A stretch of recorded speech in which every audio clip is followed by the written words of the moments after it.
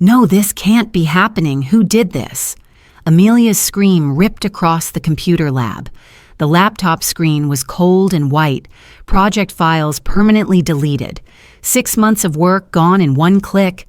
I reached her in 3 steps. She was shaking, tears hitting the keys. She lifted her eyes to me and breathed one word: Jason. "My name is Laura Chen. We live on Maple Drive, a quiet street outside Portland, Oregon, where people mow in straight lines, keep their garbage bins tucked away, and wave with 2 fingers on the steering wheel. My husband David writes software. Our daughter Amelia is 13. She likes puzzles oatmeal with blueberries and putting labels on things that don't need labels. She built an AI tutor last summer for fun, the way some kids build Lego towers. Next door are the Millers, Robert, Sharon, and their son Jason. For years, we were barbecue friends. Hot dogs on Memorial Day, flags on the 4th. Sharon ran the HOA like a small city. Robert sold insurance and talked with the open confidence of someone used to winning. Jason was the boy who once shared lemonade on our porch and fell asleep under a lawn chair when he was 4. He grew into a math prodigy with a careful smile, like he was always checking whether it was safe to be happy. The trouble did not start with the scream in the lab. It started much earlier in a gym at Maple Ridge Elementary, the night of the kindergarten spelling bee. Amelia missed elephant. Jason won. Sharon posted the video with 3 hashtags and a quote about excellence. She hugged me with both arms and said, "There's always next year." I told her Amelia would be fine. We got ice cream on the way home. Amelia forgot by bedtime. Sharon didn't. That was the pattern. 1st grade, 2nd grade, 3rd, every fair, every recital, every list posted on a hallway wall. When Jason won, the Millers celebrated like a campaign headquarters. When he lost, they acted like someone had broken a rule. A missed ribbon became a family meeting. A B+ meant extra drills. Once after a small math fair, I heard Robert say at their door, "No more video games this month. Winners treat practice like oxygen." Amelia took a different path. She came alive in front of a keyboard. She made tiny programs that clicked and beeped. She coded timers for cookies that never burned. She asked David questions and then waved him away when she wanted to figure it out alone. She learned because she liked the feeling of making the machine do something new. If she lost a fair, we had pizza. If she won, we had pizza. The food never changed. By middle school, she was deep into robotics and AI. That winter, she entered Young Innovator of America with an app that adjusted how it taught based on how a kid learned best. On the day of the finals, Amelia won. The auditorium clapped. I cried into my sleeve. David kept saying, "Good job, kiddo," as if there were more words, but they were stuck behind that one sentence. We looked for the Millers in the crowd. Robert stood with his arms crossed. Sharon clapped once and put her hands in her coat. On Maple Drive, success is supposed to make the street brighter. That night, lights felt dimmer. Sharon's kitchen window stayed dark except for the blue of her phone. The next few weeks tasted like metal. In the school group chat, someone wrote, "Nobody codes like that in 8th grade without help." The message came from a throwaway account, but kids talk. Names travel. Amelia's friends stopped sitting with her at lunch. Someone lost her notebook at science club. It showed up later with a rip down the middle. She told me not to make a big deal. I tried not to. I baked banana bread and brought it next door with a note that said, "Congratulations on Jason's debate medal." Sharon took the bread and said, "We're watching our carbs." She smiled. The banana bread came back untouched, wrapped tighter than before. HOA letters started landing like hail. Bin visible from street. Holiday lights too bright. Branch crossing the fence line. Robert pushed 2 inches of our cedar picket back onto our side with a carpenter's square, like the distance itself offended him. He joked about David's new electric car.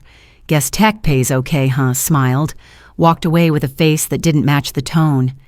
At night, when the house was quiet, I thought about lines. Fence lines. Lines of code. The thin line between a neighbor and an enemy. David would squeeze my hand and say, "We'll keep it calm." I wanted that to be true. Then came the morning Amelia screamed. We were at the middle school lab for a weekend practice. The state robotics championship was 5 days away. Amelia had her laptop open robot on the table, a little metal creature with bright eyes and a name only she used. The screen flashed, and in place of the files was a message permanently deleted. The robot's lights went dead. It was like someone had cut a wire inside my child. I held her while she shook. David sat and started typing. He moved slowly the way a steady hand moves through a knot. He looked at the logs, checked IP addresses, timestamps. He didn't say much. The room hummed. Finally, he turned the screen toward me. The school network showed a remote login in the night. The account name glowed the kind of glow that drains the blood from your face. Jason.Miller. Could it be a mistake, I asked? The words felt thin as paper. David shook his head. This isn't a guess. I looked at Amelia. She was staring at the robot like it was a pet that would wake up if we were quiet enough. She whispered, "He did it. He hates me." I wanted to say, "No, honey, he's your friend," but that line died before it reached my tongue. We took a breath.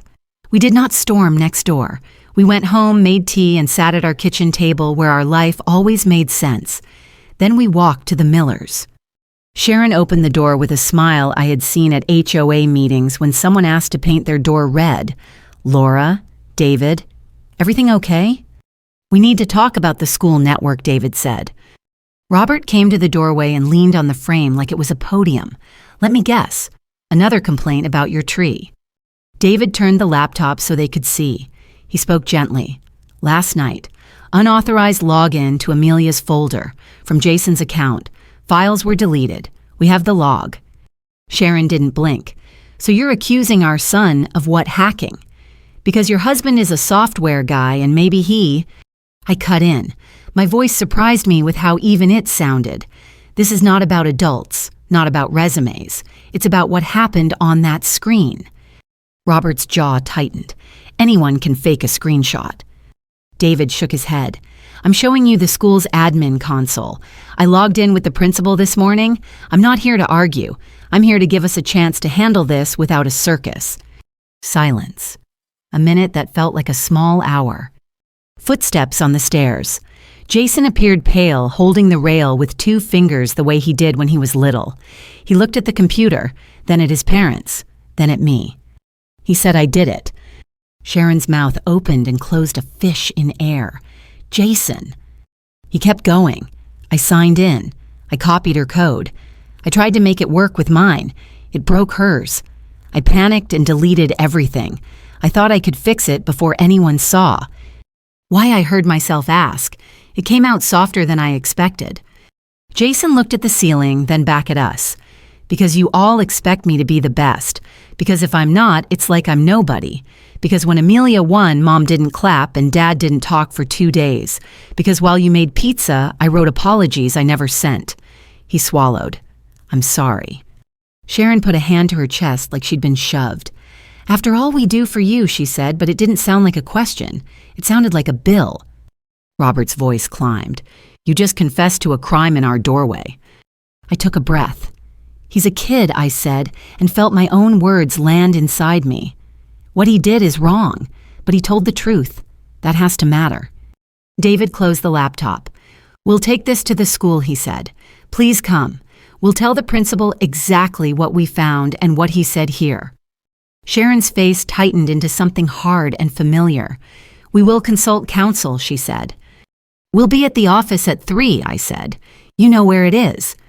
We walked home with the long ache that comes from being right about something you hate. The school handled it by the book. They took statements. The principal, Mrs. Nielsen, a calm woman with the posture of a lighthouse, scheduled a disciplinary hearing for Friday morning. She said it would be open to parents whose kids were in robotics, to teachers, and to the guidance team, more public than we wanted, less public than a court. It was the right call. My stomach didn't care. The 4 days between the doorstep and the hearing were thin and long. Amelia slept next to her robot on the workbench, as if her presence could charge the battery. David worked nights to recover files. He whispered things like, "I found an autosave, and we might have enough to limp into the competition." I made soup and let it get cold while I stood by the door listening for anything that might need me. On Wednesday, an HOA notice came holiday decoration violations. We had no decorations up. I put the paper in the drawer with the other papers I wasn't going to answer. On Thursday, someone knocked our mailbox sideways. I fixed it with a mallet and a prayer. Friday came bright and clear. The gym smelled like floor cleaner and coffee. Parents sat on folding chairs. A couple of kids whispered too loud and then went quiet when they saw us. Sharon wore a blazer that could cut glass. Robert's jaw worked like he was chewing something he couldn't swallow. Jason sat between them small for the first time in months. The principal started with the facts. We have network logs, timestamps, and internal tracking that show access to Amelia Chen's project folder from Jason Miller's account at 2:08 a.m. on Sunday. We recovered fragments of deleted files. We also have a statement from Jason. Jason stood. His voice was a shade above a whisper. I did it. He laid it out clean. No excuses, no extra words. Sharon rose fast. This is character assassination, she said. We all know who the real coder is in that house. Maybe the father. Mrs. Miller, the principal, said with her lighthouse voice, You are not the student under review. Sharon sat as if a switch had been thrown. I looked at Amelia. She watched Jason like she was seeing a stranger who had her neighbor's face. Then she raised her hand. May I say something, she asked. Mrs. Nielsen nodded. Amelia turned to Jason. I was mad, she said. I still am. I worked hard. You hurt me. She paused. But I also know what it's like to be 13 and scared. I don't want you thrown out. I want you to fix what you broke. Silence. You could hear the HVAC click. The principal folded her hands. What do you have in mind? Amelia took a breath. I want Jason to help me rebuild my project in front of everyone at the state championship, on a side stage. I want him to explain what he did and how he's fixing it. I want him to do community service at the library coding club for 6 months. And I want a public apology, not to me alone, to the team, to the school. Jason nodded before anyone else spoke. Yes, he said fast. Please. His parents turned to look at him like he had chosen a language they did not speak. The principal looked at the assistant superintendent who had arrived with a legal pad and a face meant for weather. They murmured. She turned back to the room. We can do that, she said. There will also be consequences on the academic side: suspension from competitions for the semester, loss of leadership privileges, and counseling. She looked at Jason. But if you complete what Amelia described, that will be part of your restoration here. Robert stood halfway and sat again. Sharon stared straight ahead, stone. The hearing ended without shouting, which made it feel stronger. Justice that doesn't need a raised voice tends to stick. Outside in the parking lot, Sharon tried to gather herself into the shape of control. We will appeal, she said to the air, to the building, to the sky. No one answered. An hour later, the HOA sent an email. Due to recent concerns, we are reconstituting the board. Sharon's name was not on the new list. I did not call to ask how appeals were going. That weekend brought the state championship. We drove to Hillsborough, set up in a corner, and held our breath. Amelia's robot blinked weakly like a newborn fawn. Jason arrived with a backpack, a soldering iron, and a face red from either wind or shame. He sat next to Amelia without looking at her. She moved the robot toward him. Here, she said, we start with the motor calibration. You made a mess here. He gave a small, almost laugh. I did. They worked for 2 hours. David watched from a distance, stepping in only when asked. I walked the perimeter and bought pretzels we didn't eat. Parents drifted by, pretending to look at other teams while their ears leaned toward ours. At noon, Mrs. Nielsen brought a microphone to a side stage. We have a brief demonstration, she said. It is not a competition event. It is something else we value. The noise in the hall settled. Jason stepped up first. He held the mic like it might bite. I did something wrong, he said. I logged into Amelia's folder. I copied her code. I messed it up and then made it worse. He told the truth in simple words. He looked at the floor. Then he looked up.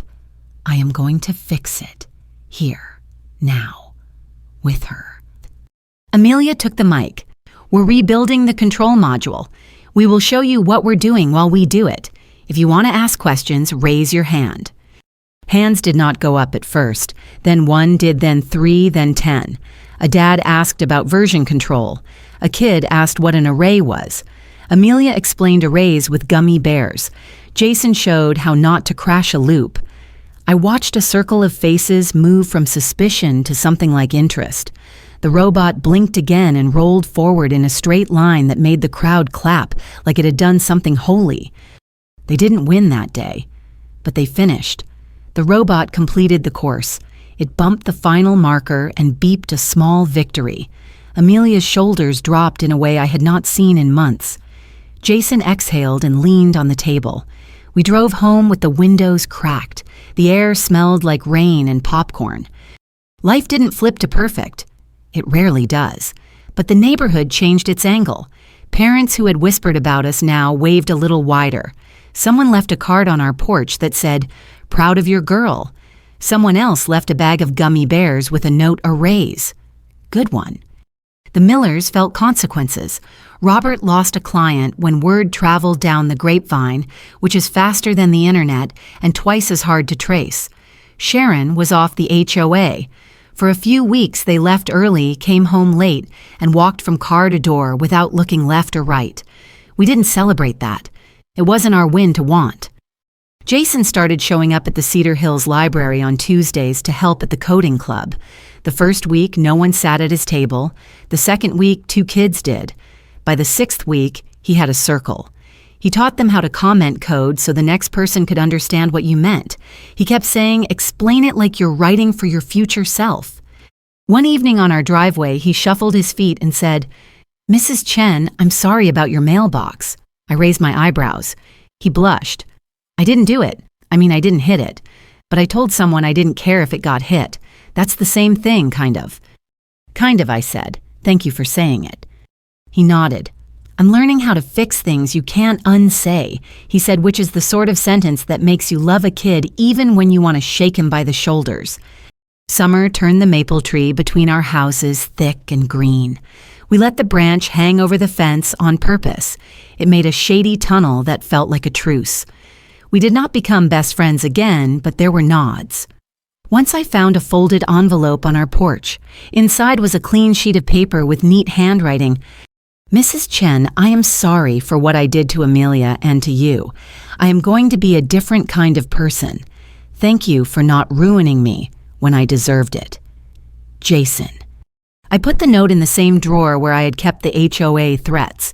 The pile felt lighter with this on top. In September, Amelia started teaching younger kids once a week at the library, too. She set up a table next to Jason's. They didn't say much to each other, but when a 3rd grader asked what to do when your code won't run and you want to cry, they both spoke at once. "Take a walk," Amelia said. "Add comments," Jason said. The boy looked at them like they had given him a map.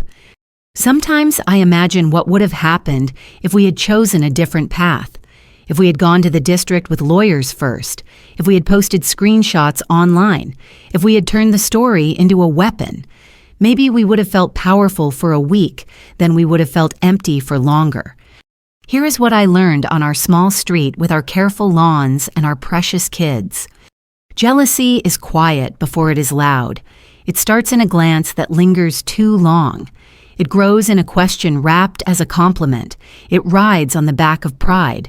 If you don't catch it early, it will teach your child the wrong lesson about winning and an even worse lesson about losing. I also learned something about trophies. They do not change the worth of a child. They are plastic on a shelf, good for collecting dust and for acting as mirrors. When the light hits right, they show you who you are when someone else's kid wins. We still live next to the Millers. We will for a while. We say hello in the way neighbors do when they have walked through a fire and reached the other side with their eyebrows singed, but their faces intact. Jason waves at Amelia sometimes. She waves back. That is enough. Every so often, the robot on our workbench blinks because Amelia forgot to turn it off. It scoots forward a few inches like it remembers the course. I pick it up and put it on a towel so it won't scratch the table. I tell David I'll dust and I do not dust. Some things can stand there and gather proof that we made it through. If you're listening to this and thinking about your own street, your own fence line, your own kid, I hope you hear this part most. Protect your child's peace as hard as you protect their grades. Teach them to clap for others without losing themselves. If you catch jealousy growing in your house, name it out loud and pull it up by the roots. If you find yourself in a fight with the people next door, try the quiet truth before you try the loud kind. The quiet truth is heavy enough. And if this story felt familiar, share it with someone who needs a reminder that winning isn't the only way to be strong, and forgiveness isn't the same as forgetting. Sometimes the best kind of justice is the kind that lets a kid grow up into a better man. Thanks for staying with me. Take care of your street, take care of your people, and clap loud when someone else's child does well. It won't take anything from your own.